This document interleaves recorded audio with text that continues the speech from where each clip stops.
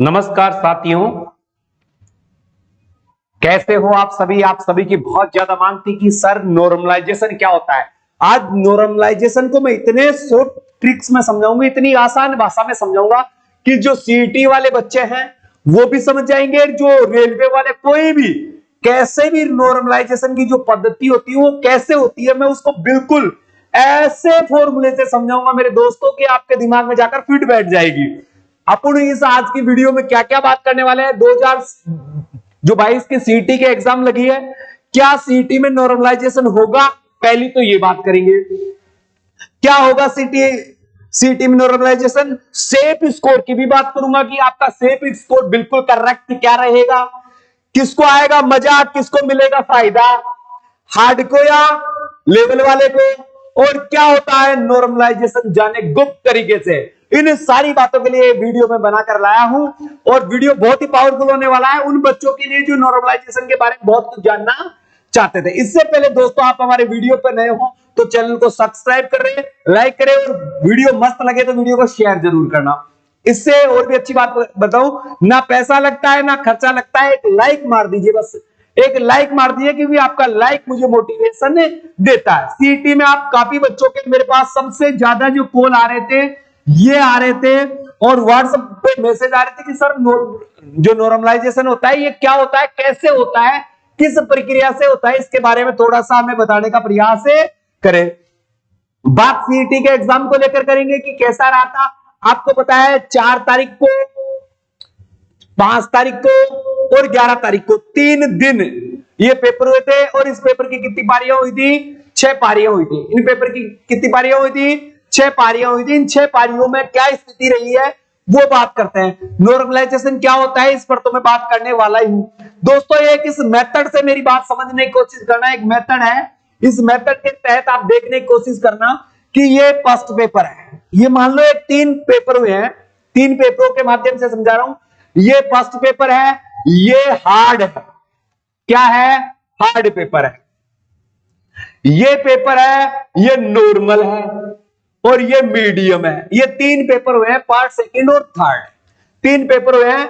ये विद्यार्थी फर्स्ट है, ये सेकंड है, यानी ये थर्ड है, ये 4 है, ये 5 है, ये 5 विद्यार्थी इस कैंडिडेट इस एग्जाम में बैठे हैं। मैं मान लेता हूं पेपर कितने नंबर का है, 200 नंबर का। एक समझने की प्रक्रिया के लिए है कि पेपर कितने नंबर का कर रहा हूं मैं, 200 नंबर का इस पेपर को मान लेता हूं, 200 नंबर का इस पेपर को मान लेता हूं। 200 में आप समझने की कोशिश करना, 200 में इस बात को समझने की कोशिश करना। एक विद्यार्थी के 80 नंबर आया है जिसका हार्ड है, एक के 85 नंबर आए हैं, एक के 90 नंबर आए हैं, एक के 95 नंबर आए हैं, एक के 100 नंबर आए हैं। ये हार्ड पेपर था। कैसे पता चला गुरुजी हार्ड है, कैसे पता चला भाई हार्ड है? अरे सबसे कम नंबर इसी में तो दिख रहे हैं बच्चों के, जो सबसे कम नंबर दिख रहे हैं वो हार्ड है, सीधी सी बात है। जिसमें सबसे ज्यादा नंबर दिखे हैं वो इजी है और जिसमें मीडियम नंबर दिखे हैं वो मीडियम है। तो सबसे हार्ड वाले को पकड़ता है, 80, 85, 90, 95 और 100। फिर दूसरी बात हो गई, अब नॉर्मल वाले के 110, 115, 120, 125, 130, ठीक है, और मीडियम वाले के 90, 95, 100, 105, 110, ऐसे हुआ। तो सबसे पहले हम जो करते हैं, एक चीज करते हैं, इन सबको पकड़ते हैं। यह जो नॉर्मल वाला है, नॉर्मल वाले को पकड़ते हैं। नॉर्मल वाले का औसत हो गया साहब कितना है, 120। नॉर्मल वाले का औसत कितना हो गया, 120, और इसका औसत कितना हो गया, 90, और इसका औसत कितना हो गया, 100। तीनों पेपरों का औसत निकालते हैं कि औसत क्या हुआ है। इसका औसत 90 है गुरुजी, इसका औसत 120 है, इसका औसत 100 है, ठीक है। अब क्या है, इस औसत से आपस में इन औसतों को मिलाते हैं, नॉर्मल से औसत मिलाते हैं। बेटा ये क्या हो रहा है, इसमें 90 है, इसमें 120 है, कितना कम है, 30 कम है। गुरुजी कितने कम है, 30 कम है। अगर मैं इस 90 में 30 प्लस कर दूं तो बताओ 120 हो या नहीं हो, 120 कर दिया। अरे 120 कर दिया तो मैंने इसमें 30 प्लस कर दिया, तो ये विद्यार्थी में अगर मैं इसको 30 नंबर दे दूं तो इसके बराबर आया ही नहीं आया। औसत में से औसत ऊपर वाले का हार्ड का औसत, मीडियम का औसत और लो का औसत, तीनों का औसत निकालते हैं। जैसे पहले मैं इन दो में समझा रहा हूं, इसका औसत निकाला 120, इसका 90, कितना कम है? 30 कम है। तो इन प्रत्येक विद्यार्थियों को 30-30 नंबर दे दिया गया। बताओ इसके बराबर हुआ या नहीं हुआ? 30 नंबर दे दिया, बताओ इसके बराबर हुआ या नहीं हुआ? 30 नंबर दे दिया, बताओ इसके बराबर हुआ या नहीं हुआ?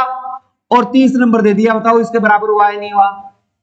अब ये हार्ड पेपर वाले और नॉर्मल पेपर वाले इक्वल हुए या नहीं हुए? अगर इसके 80 आ रहे थे 30 और बढ़ा दिए, इसके 85 आ रहे थे 30 बढ़ा दिए, इसके 90 आ रहे थे 30 बढ़ा दिए, इसके 95 आ रहे थे 30 बढ़ा दिए, इसके 100 आ रहे थे 30। ये दोनों फर्स्ट पेपर और सेकंड पेपर इक्वल हुए या नहीं हुए? अब थर्ड और फोर्थ में देखो, इसका एवरेज कितना है? 100 है। तो कितना कम है? अरे कितना कम है गुरुजी? 20 कम है। तो इसमें 20 बढ़ा दूं तो इसको 120 कर दूं तो बताओ इसके इक्वल बराबर हो या नहीं हो? हो गया गुरुजी। तो सब में 20-20 बढ़ा दो साहब गुरुजी। इसमें 20 बढ़ा दिया, इसमें भी 20 बढ़ा दिया, इसमें 20 बढ़ा दिया, इसमें भी 20 बढ़ा दिया। इक्वल, बताओ इसके इक्वल हुए या नहीं हुए? यही नॉर्मलाइजेशन की पद्धति है। यही नॉर्मलाइजेशन साधारण भाषा में समझा रहा हूं, बिल्कुल बेसिक रूप में, कि जो इजी पेपर है उसके बराबर करने वाले के लिए हार्ड वाले के नंबर बढ़ाते हैं। अगर मीडियम है तो लो पेपर तक जाते हैं, तो ये इसमें भी बढ़ाते हैं, घटाते भी हैं बेटा। अगर इससे जोड़ते इसको लेते, इससे लेते हुए 100 एवरेज लेते तो इनके 10-10 बढ़ाते, तो इनके 10-10 घटाते। अगर ये मान लो इससे लेता है, इसका औसत 100 आ गया, तो अब मीडियम के बराबर करना था तो इसमें 10 बढ़ाना पड़ता और इसमें 10 घटाना पड़ता। 10 घटाते इसमें बढ़ाते, इसके 10 कम कर देते। वही बात है। और ये जो सबका माध्यम होता है ना, इसके अकॉर्डिंग ये नॉर्मलाइजेशन किया जाता है। आई होप मेरी बात समझ गए होंगे। यानी जो भी चीजें हैं उनके अकॉर्डिंग। अब देखो सीईटी में क्या होगा। सीईटी में 4 तारीख को अपनी एग्जाम लगी, 5 तारीख को एग्जाम लगी और 11 तारीख को एग्जाम लगी। ये 3 दिन अपनी एग्जाम लगी है और 6 शिफ्ट हुई है। अब मेरे को ऐसा सबको पता है कि जो 4 तारीख की थी वो सबसे हार्ड थी। 4 तारीख की सबसे हार्ड थी, ये मीडियम थी और ये इजी थी। ये क्या थी? लो थी। ये 3 कैटेगरी इसमें। तो हम इस शिफ्ट से करते हैं। अगर इस शिफ्ट को 0-0 माने तो इस शिफ्ट वाले को फायदा होगा। 5 यानी 4 तारीख वाले को डेफिनेटली फायदा होगा। और 4 तारीख की सेकंड शिफ्ट को सबसे ज्यादा फायदा होगा। 5 से 8 नंबर तक इन बच्चों के बढ़ेंगे। 5 से 8 तक इन बच्चों के बढ़ेंगे। सेकंड 4 तारीख की फर्स्ट शिफ्ट वाले को हमेशा ही फायदा होता है। 4 से 5 नंबर इसके बढ़ेंगे, इसके 5 से 8 बढ़ेंगे। इनमें कुछ नहीं, इनको सब कह रहे हैं गुरुजी ये तो सबका नॉर्मल था। जो 5 तारीख की सेकंड शिफ्ट जो शिफ्टों में पेपर आया था वैसा पेपर आता है तो हम पार्ट देते हैं। तो कोई बात नहीं बेटा, बराबर कर देते हैं। और इनको जो 11 तारीख को हुआ है, देखो एक तो इनको टाइम एक्स्ट्रा मिला है, 15-20 दिन का टाइम ज्यादा मिल गया। 15-20 दिन का नहीं, सॉरी 7 दिन का। प्लस इनका पेपर भी बहुत इजी आया था। इनका पेपर भी क्या आया था? बहुत इजी आया था। तो 4-5 नंबर इनको क्या होगा? नुकसान होगा। इनको क्या होगा? नुकसान होगा। जैसे इसको माने कि इसका एवरेज क्या है? कितने है? 75% है। इसका एवरेज कितना है? 75% है। इसका एवरेज कितना है? 80% है। और इसका एवरेज कितना है? 85 है। तो इसमें तो बेटा क्या है? 5 प्लस करना पड़ेगा और इसमें क्या करना पड़ेगा? 5 माइनस करना पड़ेगा। तो इक्वल हो जाएंगे ना?